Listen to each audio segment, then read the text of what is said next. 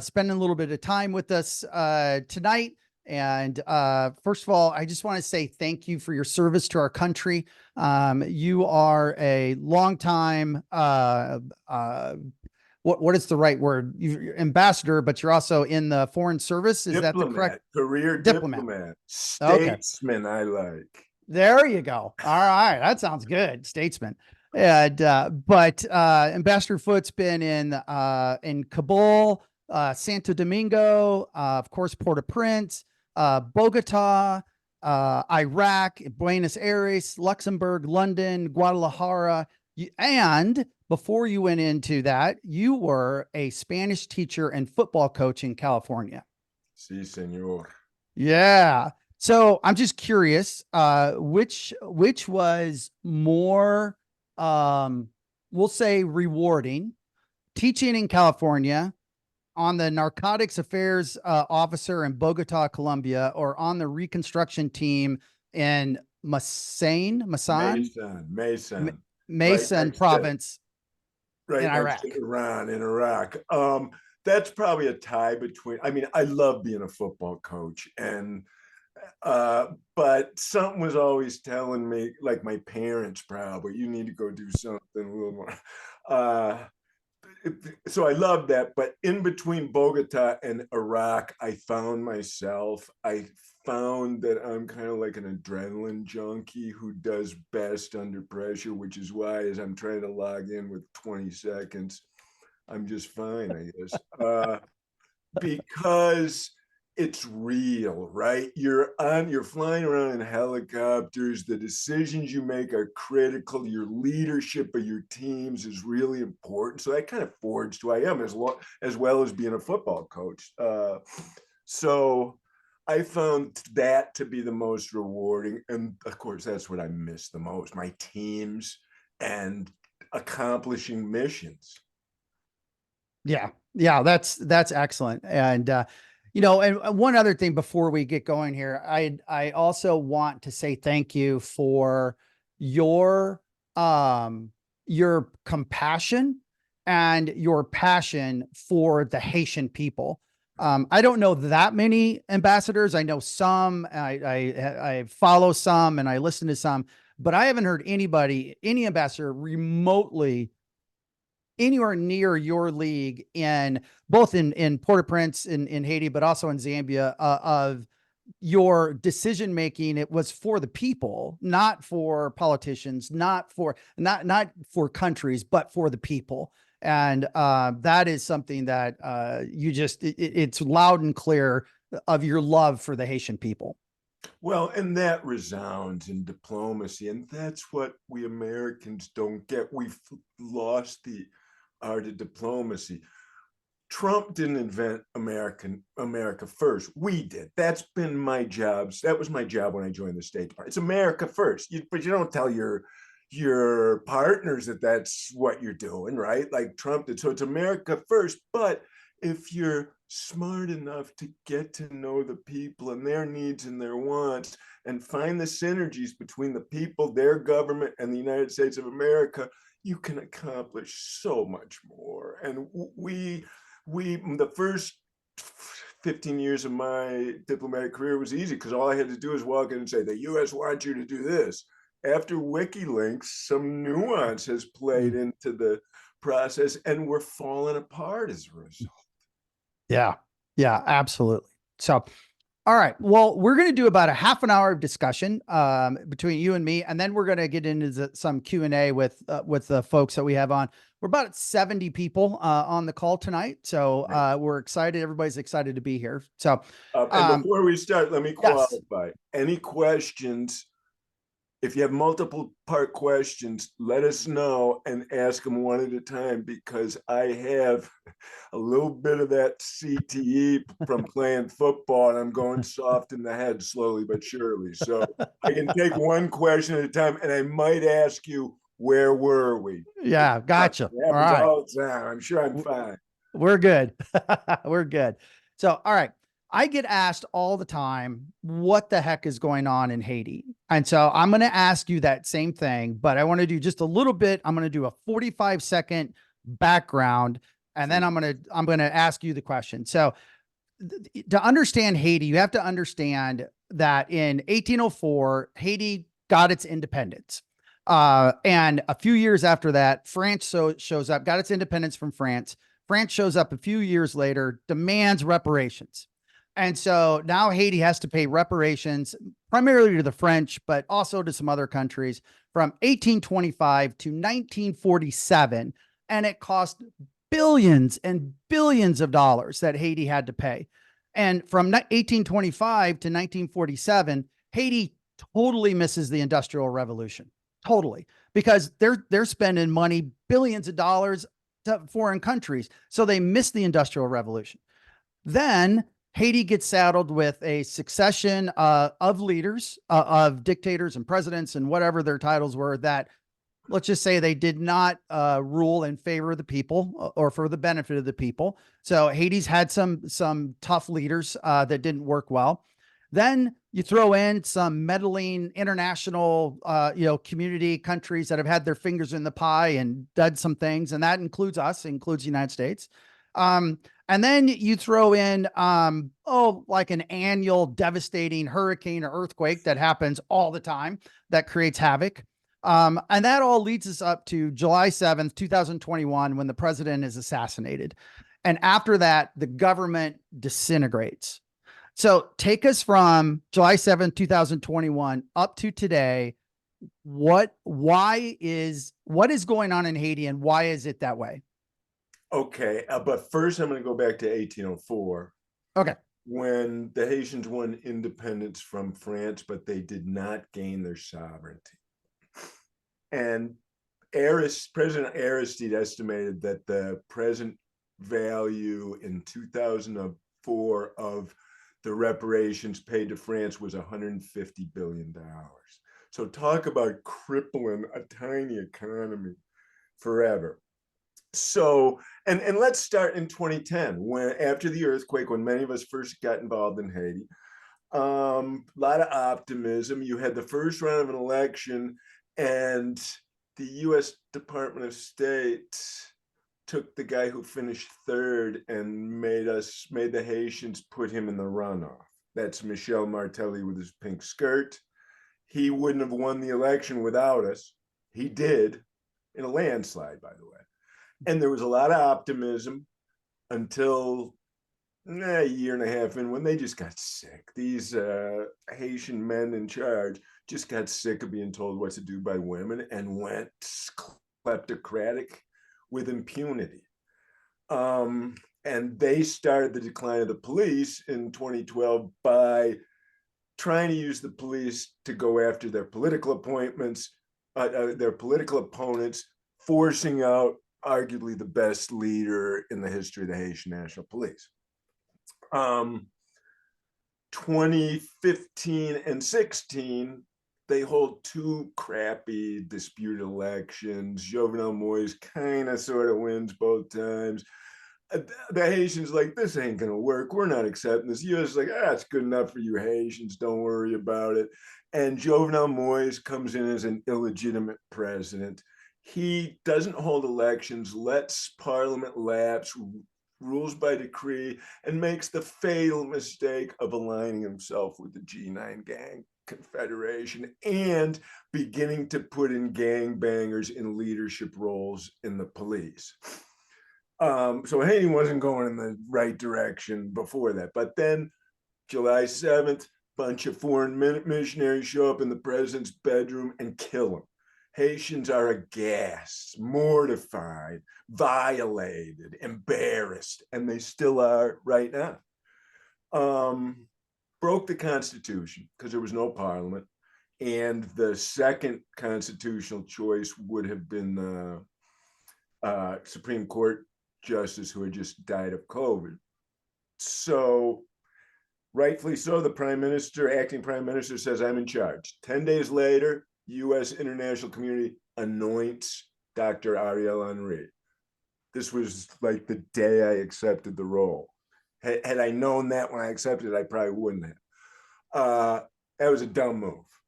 I think everybody at this point in retrospect will agree that that was a dumb move, because Henri had no legitimacy.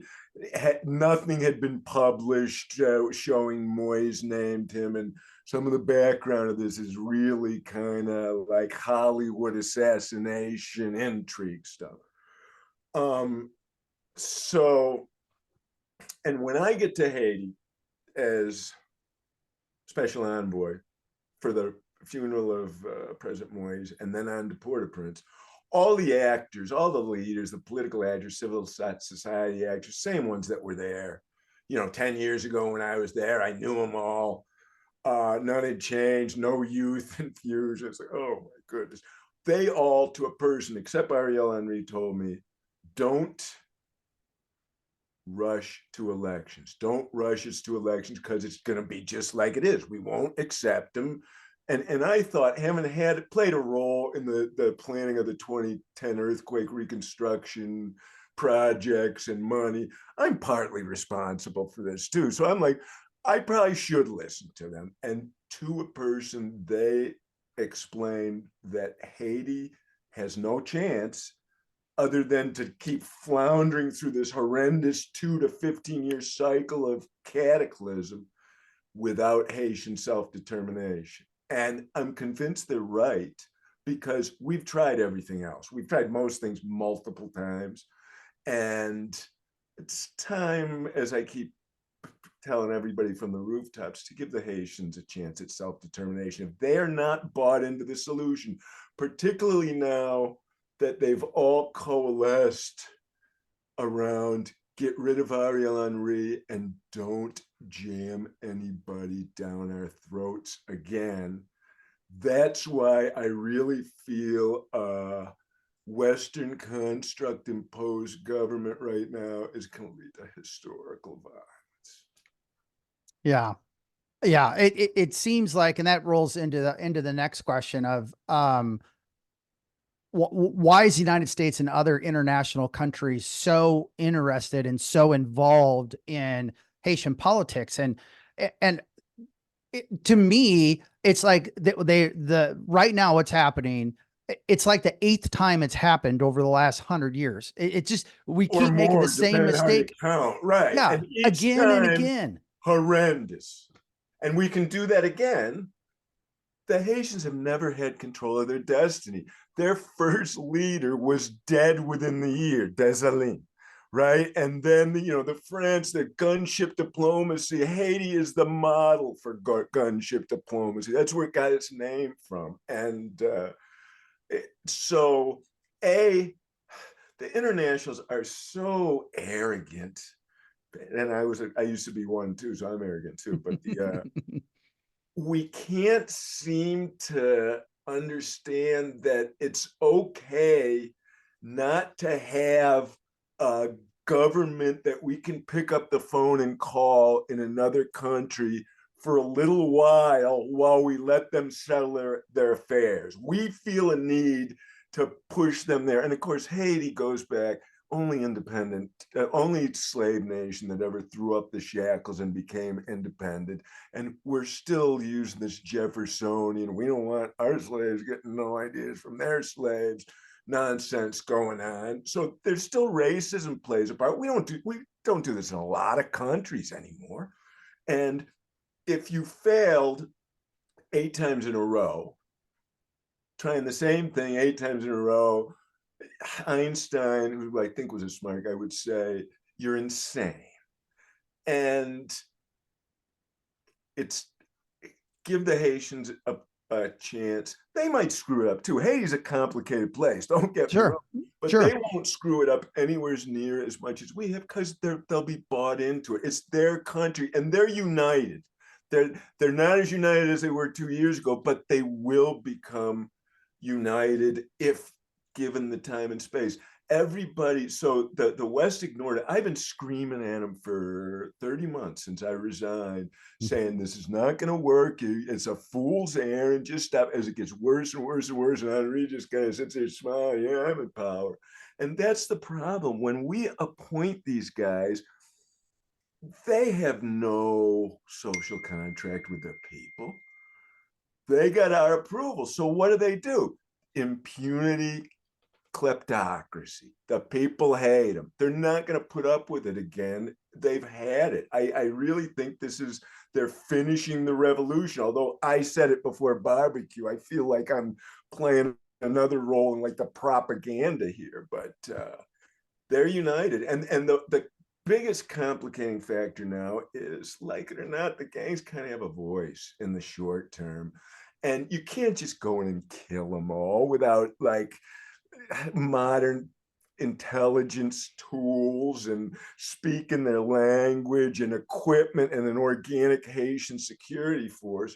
So what's really complex right now is some sort of national reconciliation is going to have to take place, because the Haitians, got to figure out what the gangs want so that they give them space to do this, right?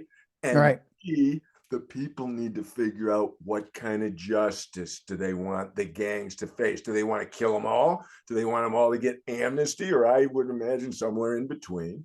And there are tools when we do that. In Colombia, we had a wonderful demobilization reintegration program, which I had proposed as part of my package to this administration.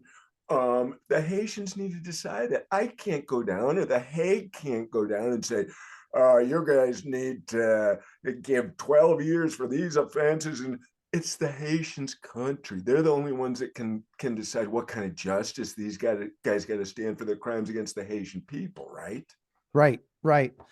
At the beginning, I kind of jumped over your service in Haiti. Can you do just a couple minutes on, you were at the embassy, you were special envoy.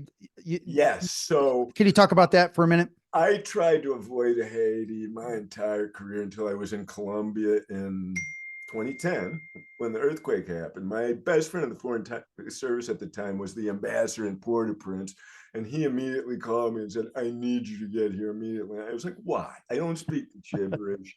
I don't understand what's going on. I know nothing about the politics. And he's like, because you're big and you can make people do what you want. I was like, okay. So I went up there post-earthquake for, I don't know, 6 or 8 weeks. And I was the acting deputy at the embassy while everyone rotated out per State Department guidelines, because those who were there during the earthquake, 1,000-yard stare, big time, rightfully so.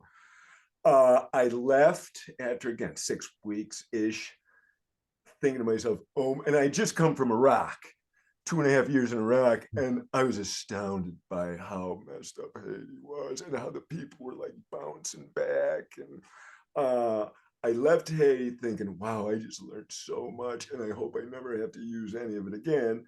Sure enough, the deputy came back. He curtailed to go to Iraq, and they hoodwinked me back to be the actual deputy chief of mission in Haiti, which I said I will do for a year, but no more. I'm a glutton for punishment, but I can only take so much. So I went to Haiti, and I was the deputy when Martelly was sworn in. I've been out drinking with Michel Martelly many times, know him quite well, know his prime ministers and his whole government quite well. And I watched him go from like kind of caring about Haiti to like, we might as well take as much as we can get because nobody's watching and it doesn't matter, right? And I believe that regime may have had something to do with the assassination to get some sort of like return to power thing going on here as well. So, oh my goodness, I don't know if I answered your question. No, that's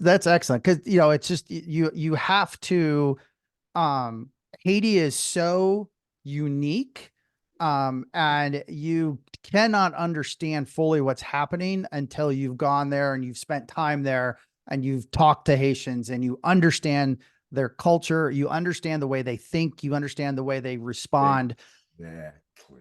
And you don't understand. You still don't understand. And once you've done that, then the only way we can understand it is we have to get the Haitians to explain it to us again. And then we understand it. And all I've been doing the last 2.5 years is channeling the Haitian voice. They've been kind enough to give it to me, and I've developed some meager platforms, although this week I'm all over the freaking place. So So, all right, next question. What is happening now that the news isn't covering or telling us? Um, so U.S. waits till the last minute, right? Haiti 2 weeks ago, nobody cared about except us, right? Nobody cared about Right. in the U.S. government internationally until what? Ariel goes, tries to recruit his mercenary force to keep in power. Haitians bind together and won't let him back in. The U.S. like, oh my God, our boy can't go in. It's a catastrophe. It's terrible. And then the gangs are like, they're getting ideas, I can see. So they close the airport and they break a bunch of stuff. Well, guess what's happened in the last 48 hours? It's simmered right down.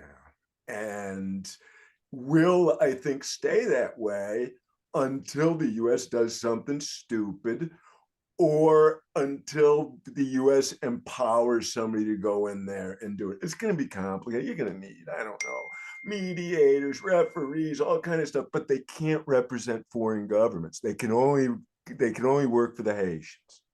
Yeah. That's the only way this will work, because otherwise it's imposed on these guys. And any Haitian, there's 11, almost 12 million people down there on that island, although there's minus many tens of thousands over the last year. But any one of them will tell you that this stupid idea of a seven-headed presidential council, which was appointed by the internationals, but they're Haitians and they're gonna choose the next government. It's like, come on, really? It's not. Is this Sesame Street or what? What are we watching? Really? It's just what we talked about. They're doing it again. The outsiders are dictating how they're going to do it. And And it won't work. It no, simply won't work. But here's the problem this time. So it won't work. So best case, we're able to implement this with some level of success to get it in some stability. Then we send them back on that 2 to 15 years cycle back to hell again, right? Or I don't think the Haitians will accept that. I honestly don't think they'll take it this time. And that's why I keep telling the Kenyan president, dude, I'm trying to save your sons and daughters. Bring coffins if you're going to do this, man.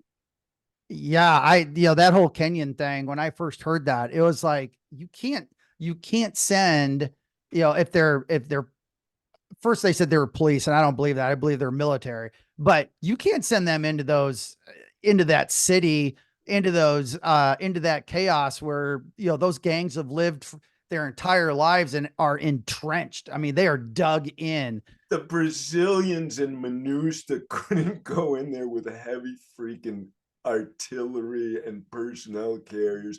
And every time they did it in the dead of night and just arbitrarily killed people, because that's all they can do, because they have no intel Right. and they have no idea what's Right. going on.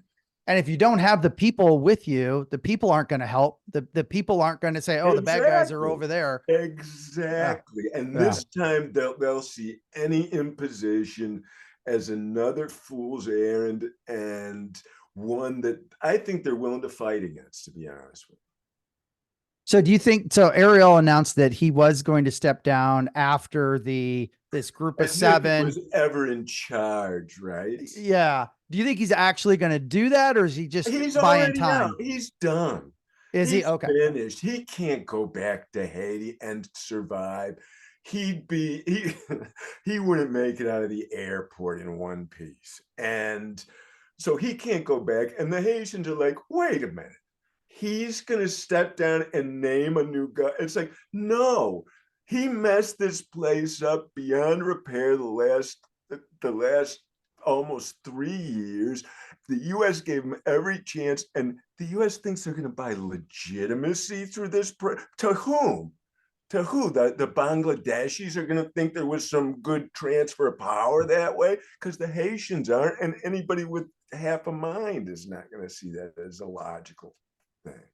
So, all right, well, let's switch gears here and let's look forward and say, all right, we've agreed that the 7-person triune thing, whatever it's called, is not going to work. So let's say that Ambassador Foote is in control, in charge, and what would you do moving forward? First thing I'd say is I'm not in charge. The Haitians are in charge, but the Haitians, we just went through this 2 years ago, for crying out loud. The Haitians said, let us form a consensus political accord, and that will be the basis for moving forward. And that is the only possible path to any success. And I couldn't agree more with that now than I did then. And guess what? And when they said this, I came back to Washington like laughing, telling my friends, you won't believe it. They said they're going to get a political accord. That's the most ridiculous thing I've ever heard in my life. I went back the next time, and they were much closer aligned than they had been a couple weeks before. And I came back and said, you're not going to believe this, but I think they're going to get one. And they did get one. The one that they signed in October wasn't in August of 21, wasn't strong enough. It wasn't broad enough. But over the next 6 months, from August to February, when everyone expected Henri to step down, it became a strong enough consensus. It's unraveled since then. Several political parties, because of internal pressure, had to step out and stuff. The Haitians will put something similar together.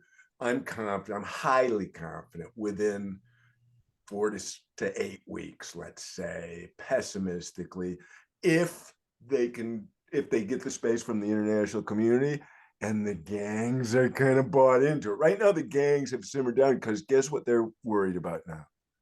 Amnesty. Okay.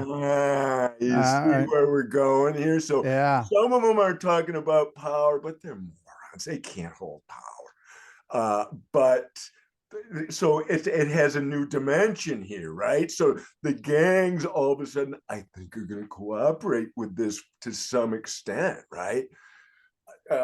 So that's the first step. Give them the space. And like I said before, if we decide today to send in a half varsity security support mission, it's going to take 3 months to put together minimum. So take the time, let the Haitian, leave the Marines down there to guard your scary cats at the embassy, and give the Haitians space to do this. It's not going to go to hell. It's going to be okay as long as they don't do anything stupid. And then the Haitians will posit their transition government and their roadmap to restore society, right? Security, healthcare, education, everything. And their roadmap to take them to elections. Because if elections isn't part of the focus, the internationals will swallow their tongues, right? They just they think elections is the panacea and cure all, and it can be if those elections are accepted by the population. But if they're not accepted, why waste the time? Just build a cage around the island, as I said on Twitter today, when we're talking we're already talking about using Guantanamo for refugees. Yeah, that came up today, and it was like Guantanamo. I can't even say Guantanamo. it. What the heck? We use it in the 90s. So nobody knew about Guantanamo. You're messing me up too. Before the Twin Towers incident, when we used it for all our fundamentalist buddies who were involved in the terror war. But back in the 90s, the first time we really used it for any number of people, we used it for Haitian refugees. I think we might have done something with the Cuban boat people. I don't know, but they could just leave the other side of the island and have to mess with Guantanamo. Yeah.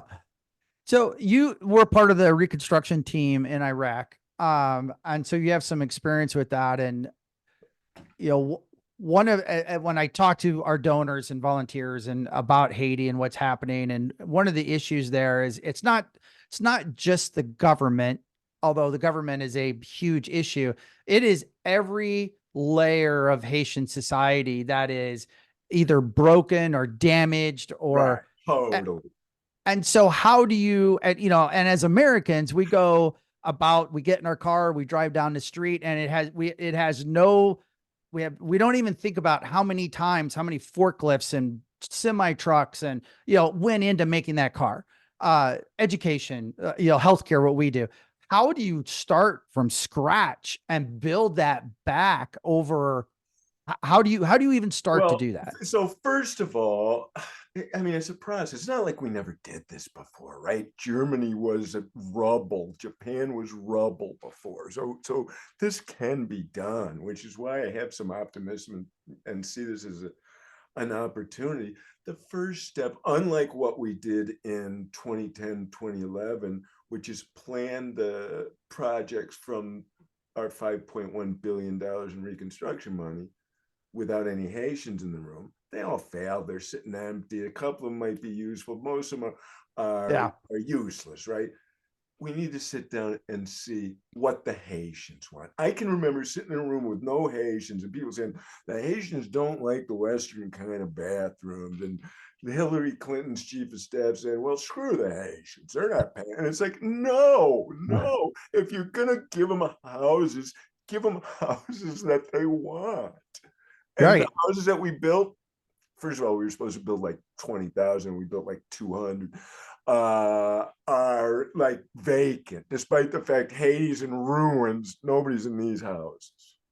Yeah. So that's That whole thing was a disaster. bringing the Haitians in to determine what they want, what they need is critical.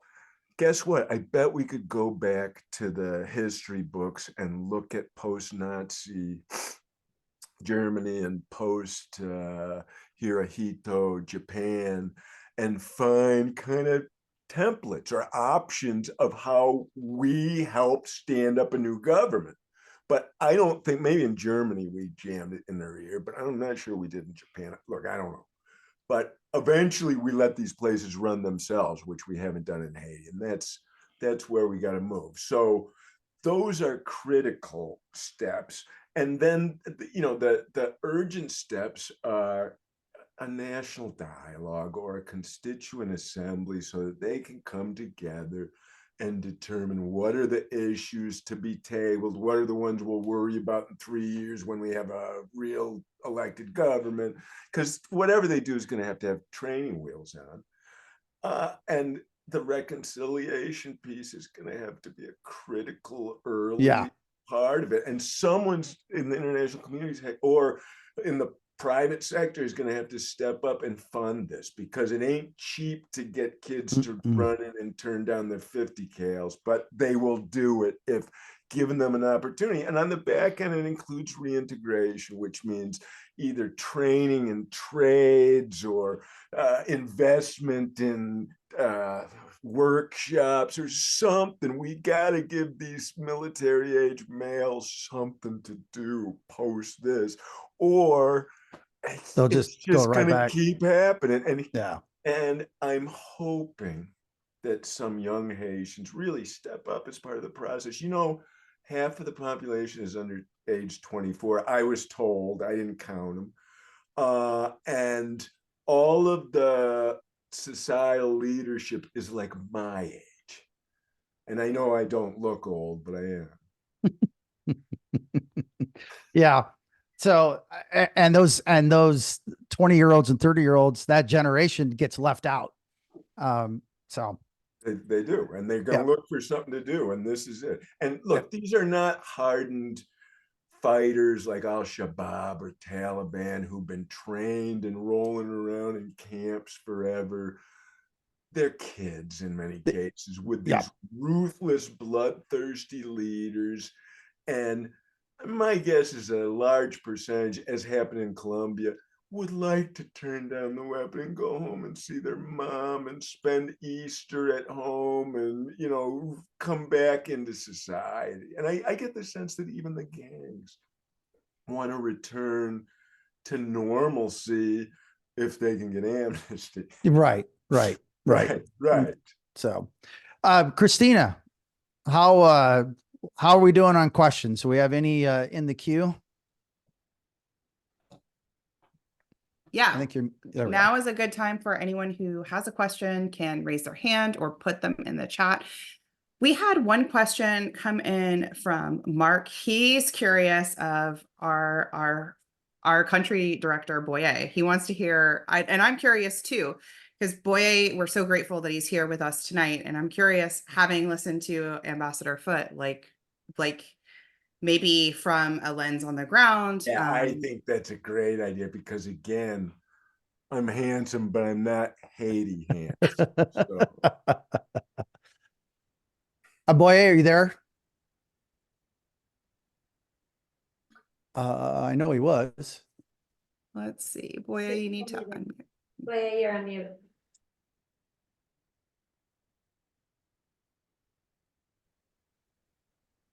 Hello, can you hear me? Yes. Hello, everybody. Hi, Ambassador. Hi, Boye. Nice meeting you. Nice listening to you. And then you did a very, very good job. And I think what I can say about Haiti right now, it's like I probably say politically, you know, better than I do in the political, Haitian political. So. No, I don't. You're on the ground. I'm on the ground. So what they want to know, am I telling the truth? Do I have it right? Are the gangs, you have it. Are the gangs calming down? And do you think they're going to stay calm for a period?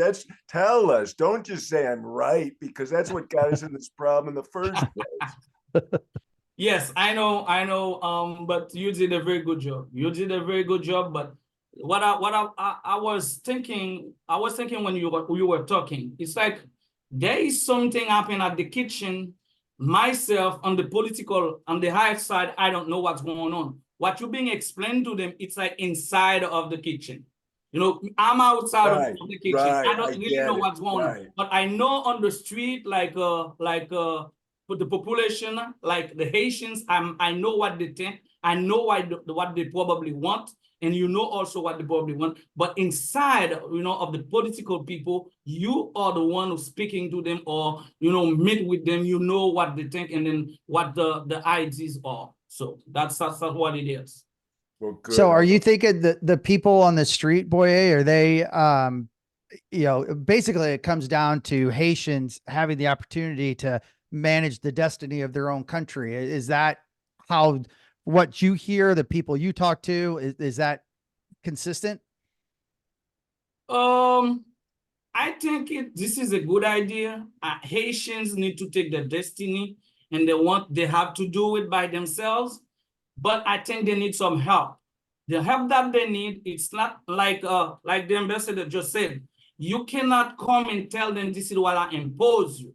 You can work together with them and tell them, okay, this is a proposition. What do you think about it? Let's try to do it this way. And then we will, with them, we will find the resolution or the solution of the crisis. But the way that the US government doing it, it's like, you know, we were talking about the international community, you know, it just impose, we need this, we need that. And then I give you 48 hours to give me the name. Otherwise, if you don't give it to me, I'm gonna use the plan B. It's not fair. And then no, it's not. All Haitians want is to be treated like adults, basically. Sure, right? Sure. Okay, I need your help, but don't come like my boss and tell me, okay, this is an order, this is what I asked you to do. Let's work together, guys. Okay, this is a proposition. I have it. So what do you think about it? Do you have another one? Let's merge them together and see what we can do together. But don't tell me this is what I want, and then if you don't do it, I'm gonna do my plan B. I'm gonna use my plan B. I don't think it's fair, and I don't, like you said, Haiti, the way they are trying to do it right now, it's gonna be in a circle. 1 time, 2 times, 3 times, it's gonna be the same. It's already been 7, so this will be like 8 times number 8. Yes. So that's what the people on the streets of Haiti are saying, not what I said, what he just said. Because what I was thinking when all of those things happened in Haiti, let's say 2 weeks ago, I said we probably have a chance right now because it's because of the gangs that Ariel is staying where he is. Right. They will give a chance to the gangs to listen to them at least for one. Tell them, okay, what do you need to drop the gun down? Right. If we propose this to, are you going to drop, give the gun, and then do something else? But it's like the gangs do their movement, and then they keep Ariel out. But right now, somebody else deciding who they're gonna put in power. You think it's gonna work? No way. No way. It won't. Yep. I don't know what Yep. to say, but Haiti right now, it's very complicated to live in Haiti. Very complicated. But here at the clinic is okay. Things are a little better than what the population in Port-au-Prince experiences. In Jacmel, it's better. And we still have to be very careful where we are. And everyone have to stay home. They don't have to go out, like just go out if they want to, you know. We still have to be careful. For the clinic, Dr. Nelson and I, what we do, week 2 weeks, we try to, you know, to have decision together if we're gonna be open or not. If it's okay to open, we open the clinic. And Haiti now, things are very expensive. Very, you name it. Fuel, food, water. Sometimes you probably have the money, but you can't find it. When you have the money, you can find the food. When the food is available, you don't have the money to buy it. You know, but still, we do what we have to do at the clinic to open to do our job. We try to get our supplies. We get taking care of the patients who depends on us, and we take care of our business. And the clinic, we open even though it's very hard to function, but we do what we're supposed to do. We do our job, and then we cannot live it down because we have so many people, so many Haitians count on us. It's like right now, all the hospitals are closed. Like the general hospital in Port-au-Prince, there is no doctors, no nothing. So we do have a lot of people coming to us right now. Excellent. All right. So, yeah, thank you. So you're safe. You're okay at the clinic, and I always answer this question like this: safe for now, okay for now. Because remember, the jail in Port-au-Prince was breaking down, and then there's 4,000 prisoners on the street. They are not going to stay in Port-au-Prince, all of them. Some of them are from Jacmel, some of them from somewhere around here. They are coming back. If they are out of prison, so they are dangerous. So people need to be very, very careful, because you probably today you can be okay, and tomorrow you don't know what's gonna happen. Right now it's safe. Right now, everything is okay. Not normal, but kind of okay. But we don't know what's gonna happen tomorrow. okay, awesome. Christina, any other questions coming Yeah, through? I know John has his hand up, but I'm going to jump in based on this kind of with part 2 of Brian's question, I think is teed up nicely for Ambassador Foote. What does the world community need to do and not do? I want to know this question too. I mean, I think that's a great question, a very simple question that the Yeah. world, I'll do the not do part first. Don't meddle in this delicate political process other than through empowerment and enabling. Other than that, leave it be. And if we got to pay for security for people or something, fine, but I don't think you're going to have to be honest with you. Haitians know how to work through their own society. And what should they do? Like I said, they should be preparing for a security intervention, but like a big boy security intervention, not some crazy put together, well, it's not the US doing that. It's not going to be good if it's the Kenyans leading the mission. And not to denigrate the Kenyans, they don't have experience there. And I've been in Nairobi, and I don't have a good feeling about that. They have their own issues. Yes, they do. But so what should the US do? They should support, find the resources, and the world will support Haiti if they think it's not just sending a bunch of soldiers in to knock heads. I think if the Haitians are given space and come and say, look, we got an idea, we got a way forward, we're all pretty much in agreement, let's do this. At that point, I think the US is going to have less reticence in finding donors, unlike for this pipe dream, best case, suicide mission, worst case, Kenyan-led mission. Yep. Totally agree. And then John, did John have his hand up? Yeah, Yep. I mean, Ambassador, this is the second time you've done this with us. You did it like maybe 18 months ago. Yeah, I remember. Nice to see you. And I mean, you're generous with your time. We're a small NGO, but we are big in Southeast Haiti. I mean, we're bigger than life in Southeast Haiti. We are the go-to for healthcare in Southeast Haiti. No, I know. And we need to open things up so everybody can go back and do their jobs with the Haitians. And I think you'll see the NGO, I don't know, the Haitian government will probably eventually set a different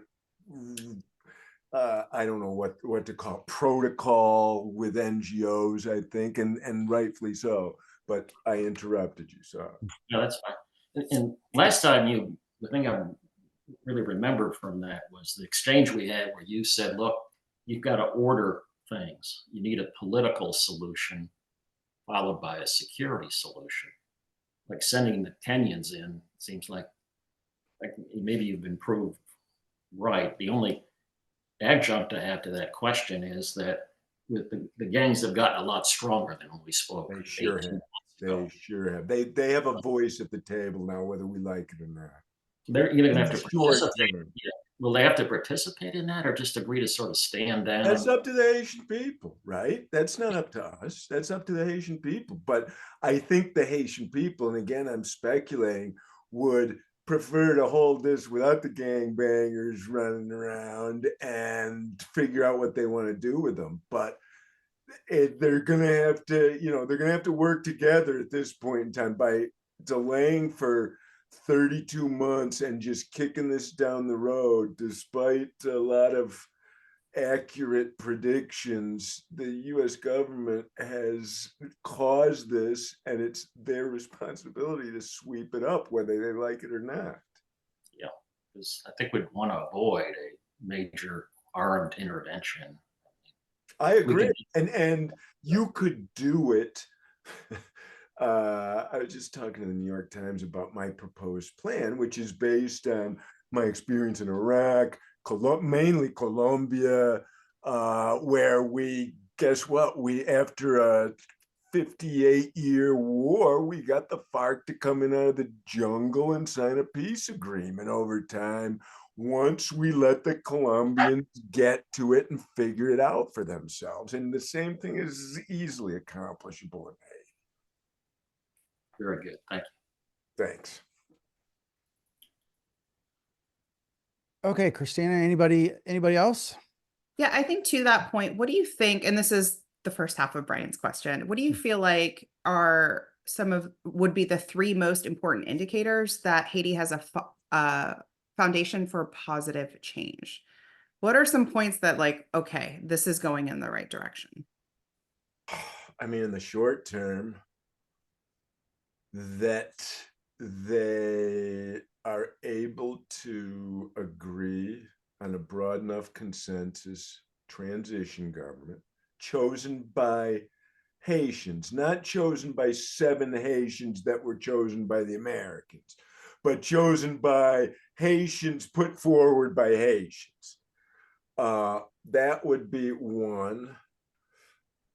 The second would be, again, to prepare a better plan to restore organic security capacity in Haiti, because they need that. What are the Kenyans going to stay there in perpetuity? Yeah. And here's an interesting thing that people just can barely grasp. And this is why the Biden administration is so clumsy, because there's nobody there with the foresight to think through second and third order consequences of what's going on here. And I had a great consequence, and here goes the CTA. Take me back before what I just said there. You said prepare a better plan to restore organic security. Right, because without that, there is no plan. The Haitians need to be able to provide their own security. We forced them to abolish the military in '94, which everybody thought was a good idea until now. And now everybody's like, oh, it would be nice to have some security. We gotta let them be adults. We gotta treat them like the capable, brilliant, hardworking people that they are. They're no different than us, except we've almost treated Haiti like the Israelis have Gaza. Not that I'm weighing in on that, but Gaza is a humanitarian crisis, and we're doing the same thing on Haiti. We're saying stay down there and tough shit, and we're going to tell you who's in charge. Pardon my French. I know this is we have people. You're fine. Well, and I think what's happening is the this group in the Caribbean, wherever they are, this international group is saying, okay, these 7 Haitians are going to make decisions, and the internationalist group is going to say, well, we did that. We let the Haitians make their own determination. That's exactly how they're talking out both sides of their mouth. And yeah, they didn't. They're not fooling the Haitians. And at the end of the day, I don't care what the Luxembourgers think or the people from Mozambique, right?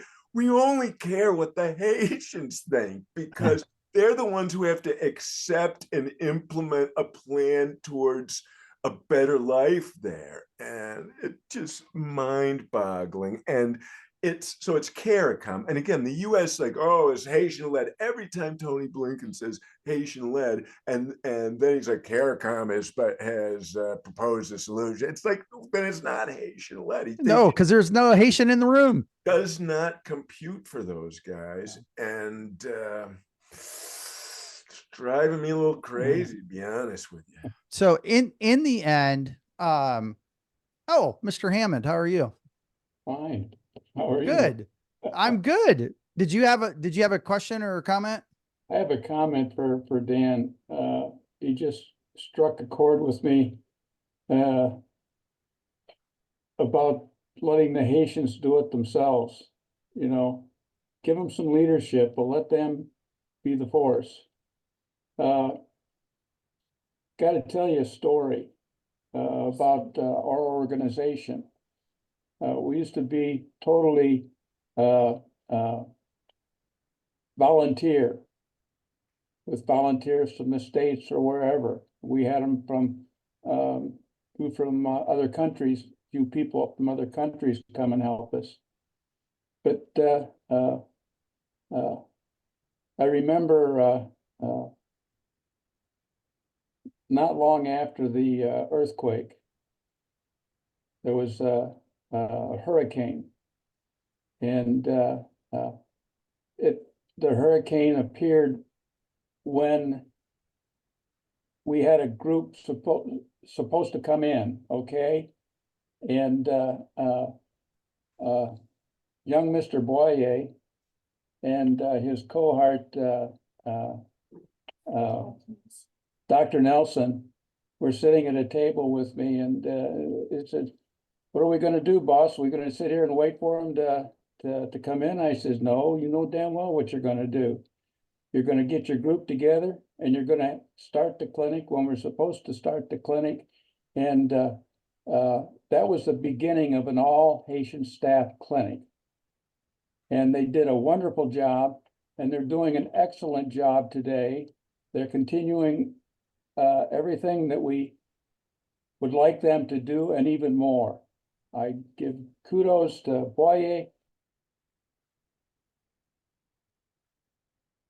Oh, Dick, you got muted. Somehow, Christina, can you unmute him? Yeah, let me find him in the chat. There, you did it. Am I on again? There you are. You're Now on. now you are. And I just forgot I forgot what I was saying. You were giving kudos to Boyer and Nelson. No, I couldn't agree more. Pardon me? I could not agree more with that, because you find in working with the wonderful folks in Haiti, the challenges that they have to face every day compared to what we have to face, they gotta be smarter than us and more resilient and more creative than we are just to survive down. Absolutely, but don't tell a Haitian that. Don't tell Boyer that. You can't understand my accent. He already knows it, but Well, and ultimately, that comes down to it, Ambassador, is, the people we serve, are people, and we are, we can't control what governments do. We can't control what politicians do. What we can control is Boyer and Dr. Nelson and their team gets up and opens that clinic and does the very best they can, taking care of the primary healthcare needs of the patients that we serve. And that's what we do.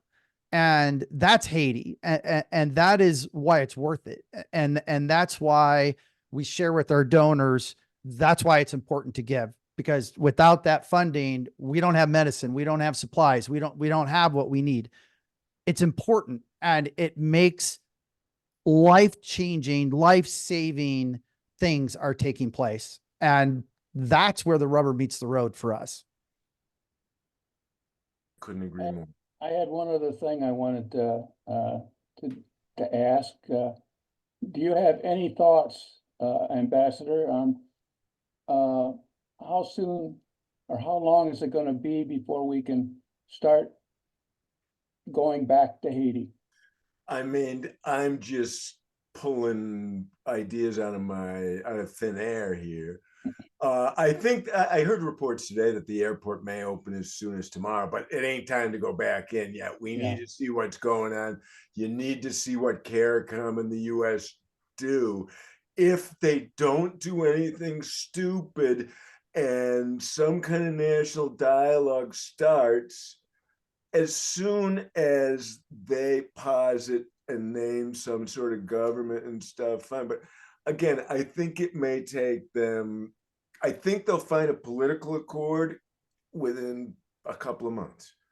The national reconciliation piece could take them longer, and that's the piece where they got to deal with the gang. So I would say, if we're lucky, 2 to 6 months.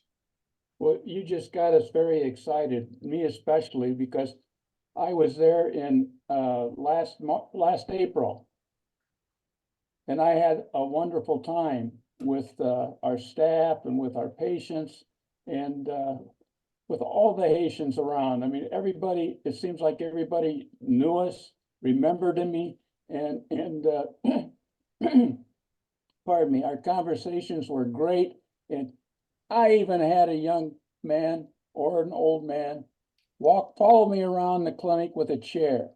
Every time I stopped, he made me sit. I need to find that guy. They took great care of me, as well as taking care of their own patients. So, FOTCOH means an awful lot to a lot of us people that are sitting here listening to you tonight. And that what you just said about a few months, it really strikes the chord. Please don't hold me to it unless the Haitians. I won't hold you to it. Unless the Haitians ask me to come down and help them find a political consensus, in which case we'll deliver that pretty quickly. But a quick comment. FOTCOH has been successful because you have tapped into the wonderful Haitian spirit. And that is what the international community and the Haitian citizenry must do to get out of this mess. Absolutely. I agree. Awesome. I would like to tell you another story. I'm sorry about young Mr. Boyer sitting there. He's muted, so he can't say anything. Okay. but he can hear. Boyer started working for us about the year 2000, 2001. There you nodded Yes. your head, Yep. yeah. And I hired him as our driver because I didn't feel comfortable driving back and forth between Port-au-Prince and Jacmel all the time. So Boyer was available and very willing to do the job for us. And all this time that he's worked for us, FOTCOH has been his goal. He wants FOTCOH to succeed. And I have to say, the success right now is largely due to Boyer and his staff, because they're making it work. We're providing the funds, I agree, and we're providing a lot of information, but they're the ones making it work. And I'm so proud of those folks. And I've spoken enough. Oomba guy. Oompa guy. All right. We're kind of wrapping up on our time here. Christina, is there any other last questions? Yeah, we've had a couple of other questions that come in, but I know we're at time and I want to respect Ambassador Foote's time. I wonder I'll give you if, 2 more. well, I wonder if I was going to say we can let him go and we can prolong this a little more depending on how everybody's looking. All right, let me go up the chat if you've got time for 2 more. Let's see here. Well, I think the general consensus that our community is better understanding is that what we're doing at the clinic is the path forward for Haiti to get out of this. And I just want to honor, I think a lot of people feel the way that I feel, which is I'm in Atlanta. I see what's going on. I'm like, this is terrible. I want to help. What do we do? And it's hard to hear. You can't do a lot, Christina. You can't do a lot. Like we can't really just frustrating. And what I hear you saying is we have to let them lead. This is not the US's place to fix it. So I just want to honor that really hit tonight. I know it hit for a lot of It's people. hard. Look, Yeah. my instinct is to put my camouflage on and my boot and fly down there tomorrow and jump into the fray and help these guys out. If I do that, I'm doing the same thing that every other white idiot has done for the past 220 years. Yeah, exactly. This just came in. This said, what infrastructure do you see as being successful long-term? Good God, if I know. Everything. I mean, Haiti needs everything. They have their electrical infrastructure is putrid. That's like the first thing they got to do, or they can't like have, I don't know, factories or Bitcoin farms or hospitals or anything like that. So that's critical. But the infrastructure has suffered so much since the earthquake, way under-delivered, that Haiti needs a ton of infrastructure. Look, they'll be fine with dirt roads if that's all they got, if they have a government with a social contract with the people and the international community supporting them. We'll get them paved roads eventually. That's not the hurry. The hurry is the Haitian people's independence and sovereignty and their ability to go to the store and buy bread and feed their families and go to the doctor. Yeah. Yeah. First things first. Yep. Definitely. So, well, thank you, Ambassador, for spending the evening with us. And it's been awesome and very insightful for us. And, you know, we've been, as FOTCOH, we started transitioning intentionally to an all Haitian led clinic in 2016. The only way to go. And we are, since we haven't had an American team there since 2019. Right. You couldn't have, right? Couldn't. Right. And there are dozens and dozens, if not hundreds of Haitian organizations around us down in the Southeast that are closed and Right. have been closed because they No, can't get and anybody they down there. provide critical services that the Haitian government has always been incapable of providing to those people. Yeah. Yeah. So, and Christina, that was a good insight that, there's not a lot we can do. And we have to let the process work, and we have to let the Haitian people lead that. It's really hard, guys, but don't be Tony Blinken and rush to failure, because that's what happens when we run onto the battlefield without knowing what the heck's going on first. Yeah, absolutely. And so I will leave everyone with one thing you can do, and that is something that FOTCOH needs desperately is we continue to need funding. And our medicine, our supplies, our ability to get staff moved around is getting more and more complicated and more expensive literally by the day. And what costs $10 today costs $15 tomorrow and next week. So your gifts do make a difference. It is worthwhile. It does save lives. It does transform lives. And most of you on this call have been around long enough. FOTCOH has boxed above our weight for years. We develop create an output that is way beyond most organizations our size. And so we're a good place to invest your dollars, and your gift will make a difference. So, all right. And you could do that. You can make that gift. Christina will be upset if I don't get that website out there. FOTCOH.org. Oh, did you put it in the chat? I did. /donate. We'll get you there. All right. FOTCOH.org/donate. I think just tell me in the chat, should we do this again and do a Q&A with Boye if he's able to share some time with us and talk specifically about the clinic? I know we're past an hour. If that's interesting to everyone else on the call, we'll schedule that upcoming soon.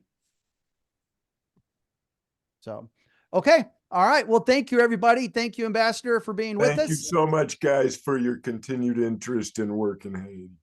Thank you. All right. Thank you. Very much. Nice to see all of you. All right. Thanks, everybody, for being on. And we will talk to you soon. See ya.